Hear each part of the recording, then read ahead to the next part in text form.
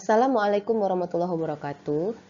Pada video kali ini, saya akan menjelaskan tentang asam amino. Nah, ada beberapa yang akan dijelaskan pada kesempatan kali ini.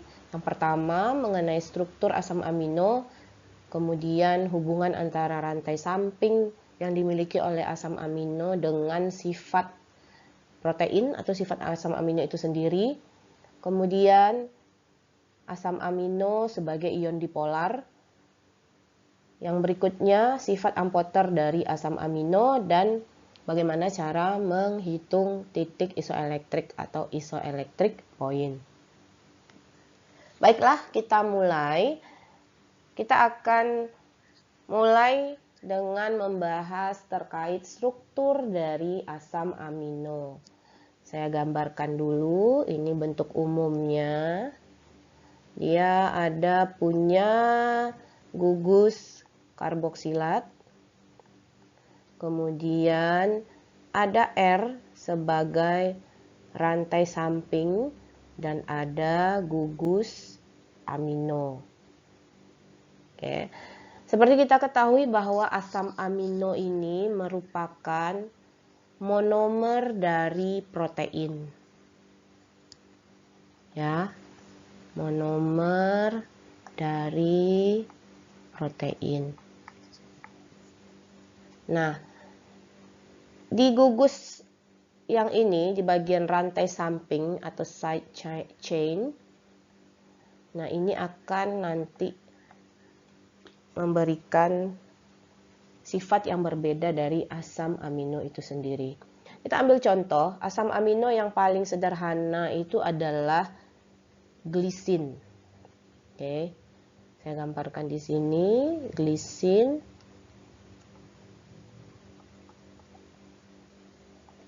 Nah, glisin ini tidak memiliki atom C chiral ya, atau karbon chiral karena gugus fungsi yang diikatnya itu tidak berbeda keempat-empatnya ya. Seperti itu. Jadi glisin ini tidak punya rantai samping. Di sini dia mengikat dua hidrogen. Nah, ini glisin ya. Glisin. Disingkat dengan GLY. Seperti itu. Jadi saudara harus memahami gugus-gugus yang terdapat di sini. Ini gugus karboksilat ya. Karboksilat. Ini gugus amino ya. Gugus amino. Ya. Nah, untuk asam amino itu dia ada dua. Ada yang esensial, ada yang non esensial. Nah, kira-kira bedanya di mana? Non esensial dan esensial. Esensial ini asam amino yang tidak dapat dibuat dalam tubuh ya. Harus diperoleh dari makanan. Berarti sumber protein. Nah, non esensial itu asam amino yang dapat dibuat di dalam tubuh. Nah, untuk yang akan kita bahas selanjutnya itu adalah asam amino esensial. Kita akan membahas kenapa struktur dari rantai samping itu penting dalam asam amino. Nah, kita akan lihat ya bagaimana pengaruh dari rantai samping ini terhadap sifat dari asam amino itu sendiri. Khususnya di sini kita akan bahas asam amino esensial ya. Jadi asam amino esensial itu sangat banyak. Ya, di antaranya ada alanin, arginin, asparagin, asam aspartat, sistein, dan lain-lain ya. Nah, di kesempatan kali ini kita akan membahas beberapa macam dari si asam amino esensial ya. Saya akan memberi beberapa contoh. Yang pertama, kita lihat untuk asam amino itu asam glutamat. Jadi sebenarnya di sini saudara harus bisa mengidentifikasi ya sifat dari masing-masing asam amino berdasarkan jenis rantai samping yang dimiliki oleh asam amino tersebut. Nah, saudara harus bisa mengecek gugus fungsi apa yang ada terdapat pada rantai samping, sehingga gugus fungsi itu akan berpengaruh terhadap sifat dari asam amino. Kita lihat yang pertama, ini struktur dari asam glutamat. Ini nama asam aminonya. Apa yang bisa diperhatikan dari sini? Nah, kalau untuk gugus yang dimiliki oleh semua asam amino ini, saya tandai ya. Yang rantai samping saja yang diperhatikan. Yang rantai samping itu, sebentar, saya akan kasih garis putih. Oke. Ini yang bagian rantai samping yang tadi saya beri simbol R pada rumus umum dari si asam amino. Gugus fungsi apa yang terdapat di sini? Oke, ada gugus fungsi karboksilat ya. Di sini gugus karboksilat. Gugus karboksilat. Nah, ini yang menyebabkan asam amino si asam glutamat ini bersifat asam. Kita lanjutkan, kita lihat contoh yang lain. Misalnya di sini saya kasih contoh itu, sebentar, saya gambarkan dulu. Ini CH2 4 kali NH2, ini rantai sampingnya. Kemudian ini sama ya, gugus yang lain untuk karboksilat dan gugus amino. Oke. Nah, perhatikan bagian rantai sampingnya. Nah, ini dia bagian rantai sampingnya. Ini namanya lisin. Di sini saya tulisin ya. Lisin. Kita perhatikan di sini terdapat gugus amino. Gugus amino. Sehingga asam amino ini dia bersifat basa ya. Kalau yang tadi sifatnya asam, ini sifatnya basa. Nah, saudara nanti harus bisa mengidentifikasi masing-masing dari asam amino itu ya, dengan memperhatikan jenis gugus, jenis rantai samping yang dimiliki oleh asam amino tersebut. Kita lanjutkan. Ini saya akan berikan dua contoh langsung. Untuk yang pertama, ini ya, saya gambarkan dulu. Ini sama. Nah, ini saya ganti warnanya. Untuk rantai samping, ini CH3 2 kali. Ini namanya valin. Kemudian satu lagi untuk contoh dari asam aminonya. Nah, untuk rantai sampingnya di sini CH2OH. Ini namanya serin. Nah, apa yang saudara perhatikan di sini? Nah, gugus dua yang ini, nah ini,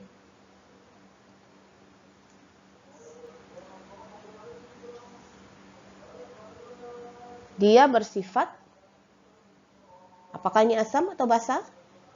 Nah, ini hubungannya, dia ini dua-duanya netral. Ini juga netral, bukan asam, bukan basa, ya. Tapi di sini dia berbeda. walaupun sama-sama netral, kedua asam amino ini berbeda. Yang satu nonpolar, ini rantai sampingnya nonpolar, yang satu polar. Dari mana saudara bisa mendeteksi bahwa dia polar? Ada gugus hidroksil di sini ya. Seperti itu. Jadi saudara harus bisa melihat nanti, mengidentifikasi lebih tepatnya di antara asam amino tersebut, mana yang bersifat asam, mana yang tergolong ke dalam basa, mana yang netral, polar atau non-polar. Seperti itu ya. Berikutnya, saya akan kasih contoh. Contoh lagi. Misalnya asam amino di sini asam glutamat. Nah, ini ya. CO2H, ini H2N. Kemudian rantai sampingnya sengaja saya ganti warnanya ya biar terlihat bedanya. Ini CO2H. Ini namanya asam glutamat. Asam glutamat. Berarti sifatnya di sini asam ya. Ini termasuk ke dalam asam amino yang bersifat asam. Satu lagi. Misalnya ini untuk contoh lagi.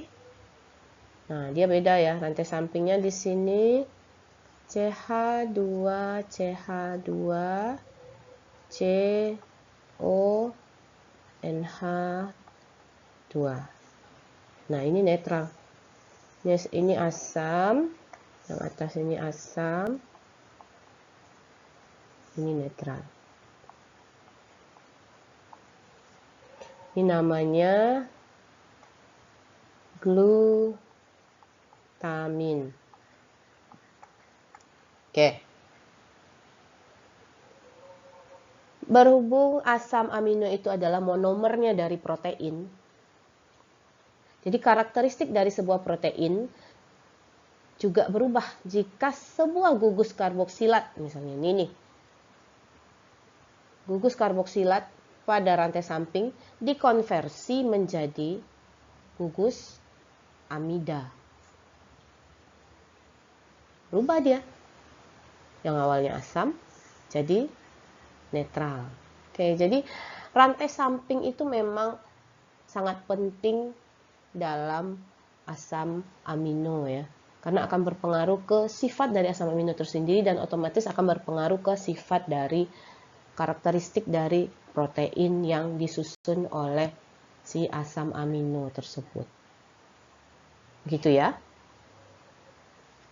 Kita lanjutkan. Kita akan membahas berikutnya terkait asam amino sebagai ion dipolar ya. Apa maksudnya ion dipolar? Asam amino sebagai ion dipolar. Nah, perhatikan ya, saya akan gambarkan. Ini asam amino.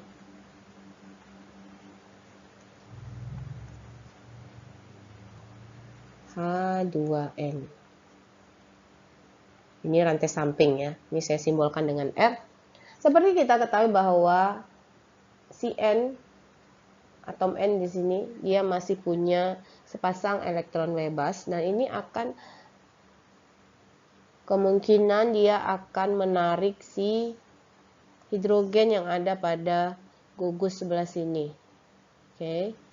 Nah, sehingga apa yang terjadi? Yang terjadi adalah jadi kelebihan dia 1, makanya plus. Nah, ini jadinya CO2 min. Nah, yang dimaksud dengan ion dipolar itu adalah nih, ini ada 2 ion dalam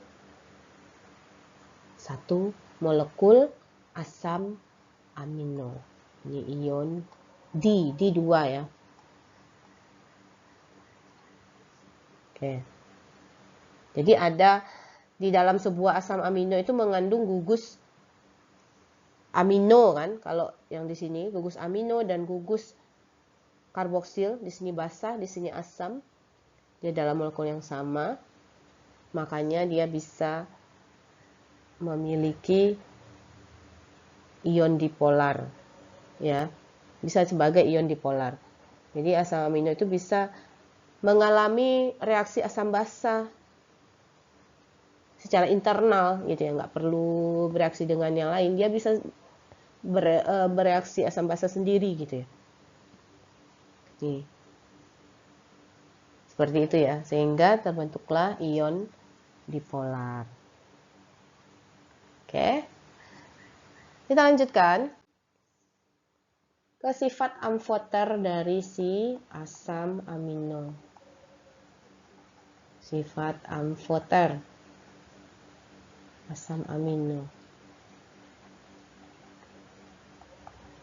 Nah, seperti kita lihat tadi bahwa asam amino itu dia memiliki ion karboksilat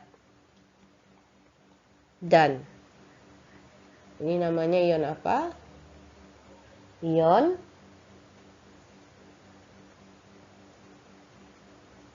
apa namanya? Oke, ini NH3 ya. Oke, saya hapus dulu.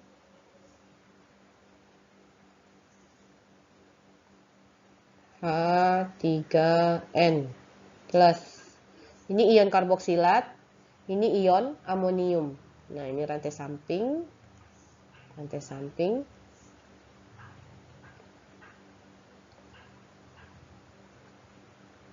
Jadi karena dia punya ion karboksilat dan ion amonium, karena sifatnya tadi ion dipolar ya, si asam amino ini.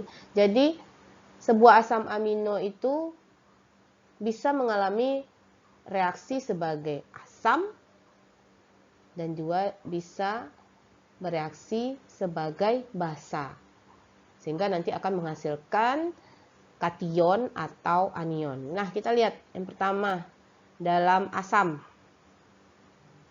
Dalam asam, di antara 2 ion ini, kira-kira yang mana yang akan terlibat? Ini ya. Seperti ini. Kemudian akan menghasilkan, ini kira-kira anion atau kation. Kira-kira dia akan membentuk sebuah, ini CO ya.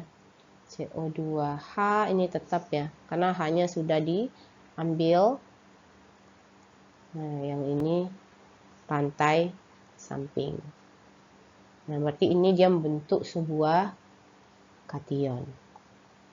Itu kalau dalam asam.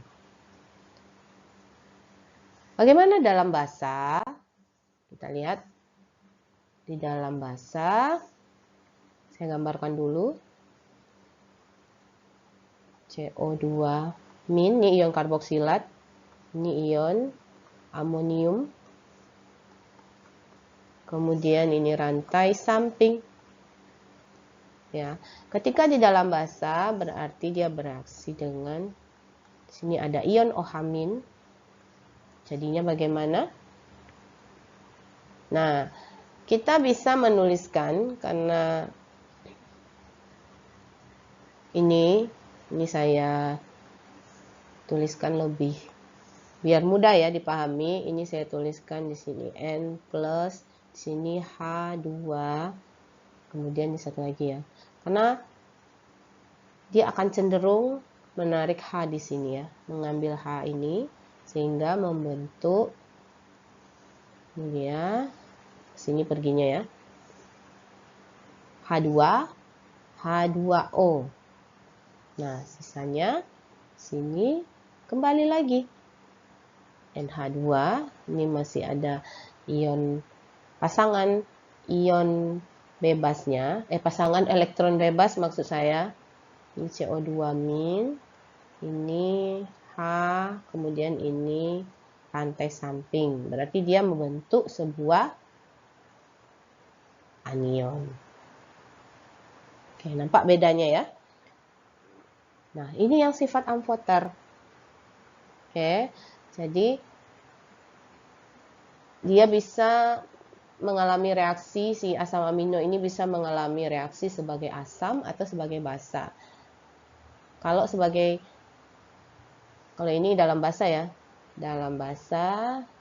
Nah, dalam basa dia menghasilkan anion, dalam asam menghasilkan kation. Oke. Jadi berawal dari si asam amino ini bisa melakukan reaksi asam basa di dalam dirinya sendiri ya, internal reaksinya, sehingga bentuk dua ion ya, ada karboksilat sama amonium. Nah, itulah yang menyebabkan si asam amino itu bisa memiliki sifat amfoter. Oke. Mungkin saudara pernah berpikir bahwa dalam larutan berair asam amino netral itu akan menjadi netral. Padahal dalam larutan berair itu asam amino netral akan sedikit asam. Kenapa? Nah, kita ambil contoh. Di sini yang untuk asam amino netral ya, si alanin. Kita ambil contoh si alanin. Di sini CO2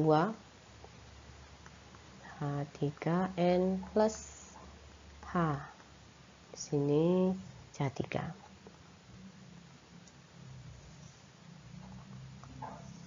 Ini ion karboksilat, ini ion amonium. Nah, ion amonium ini atau gugus si NH3+ ini dia merupakan asam yang lebih kuat dari CO2 min. CO2 min ini basa di sini. Ingat tadi ya, di dalam basa siapa yang terlibat dalam reaksi? Si NH3+. Oke, dia yang melepaskan hidrogennya untuk berikatan dengan OH- sehingga bentuk H2O. Ya, seperti itu.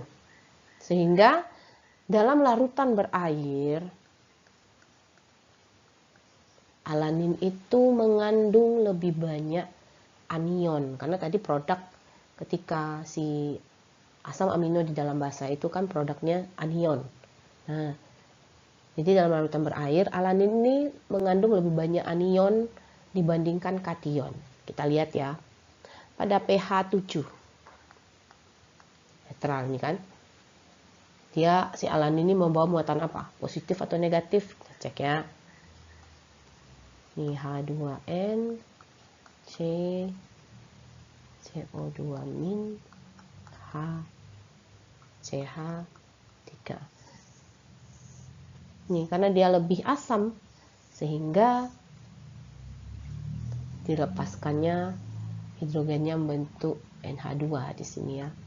Dan H yang dilepas itu, nah di sini jadinya H3O+. Jadi total muatannya negatif -1, ya kan? Jadi net charge-nya sama dengan negatif ya, -1 di sini. Makanya si alanin itu mengandung lebih banyak anion dibandingkan kation di dalam kalau pH-nya 7.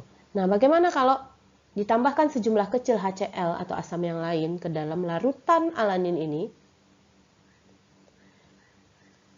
Kesetimbangan dari asam basa ini akan bergerak. Ya. Misalnya pH-nya 6. Sini pH 6. Berarti H2N C CO2 min, ini 2 ya. H CH3 tambah H3O plus, jadinya